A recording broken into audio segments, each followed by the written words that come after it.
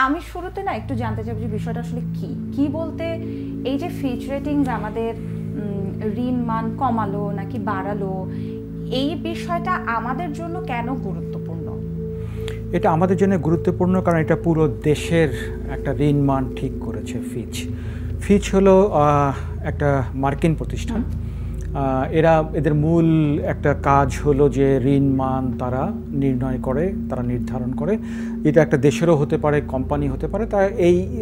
এরা আসলে অনেক ক্ষেত্রে তারা সার্ভিসগুলো দেয়।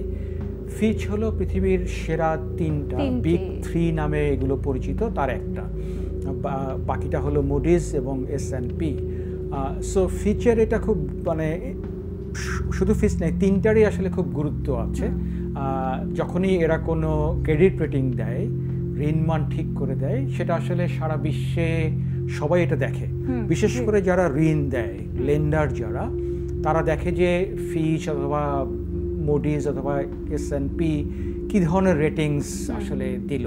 এটা দেশের ক্ষেত্রে হতে পারে, কোম্পানির ক্ষেত্রে হতে পারে। একটা দেশ কিন্তু ঋণ করে, বাংলাদেশ যেমন ঋণ করে, আবার বাংলাদেশের বিভিন্ন কোম্পানিও ঋণ করে। তো সব মিলিয়ে যখন এই দেশের ব্যাপারে একটা ক্রেডিট রেটিং দেয়, তখন তার একটা অন্যরকম গুরুত্ব থাকে। ফিচ সেই কাজটি করেছে। এবং শুধু তা না, ফিচ তার আগে মুডিজ দিয়েছে, কিছুদিন আগে S&P দিয়েছে। সো বাংলাদেশের ব্যাপারে কিন্তু গত এক বছরে তিনটা এই বড় প্রতিষ্ঠানই দিয়েছিল, ফিচ আবার দিল এখন। আচ্ছা, যেটা আপনি বললেন শুরুতেই যে 8 মাসের মধ্যে দিয়েছে, গত সেপ্টেম্বরে বলেছিল। গত সেপ্টেম্বরে কিন্তু বাংলাদেশের যেটা দীর্ঘমেয়াদী যেটা ঋণ যে মান, যেটা ক্রেডিট রেটিং, সেটা কমিয়েছিল, স্টেবল ছিল, সেটাকে তখন করলো BB মাইনাস। এবং বলল যে পরিস্থিতি খারাপ হয়েছে বলেই বাংলাদেশের ক্ষেত্রে এটা কমিয়ে দেওয়া হলো।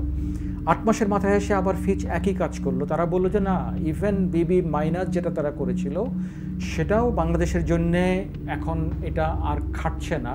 সো তারা আরও কমিয়েছে, এখন এটা B+ হয়েছে। সো পরিস্থিতি কিন্তু আগের চেয়ে খারাপ হয়েছে।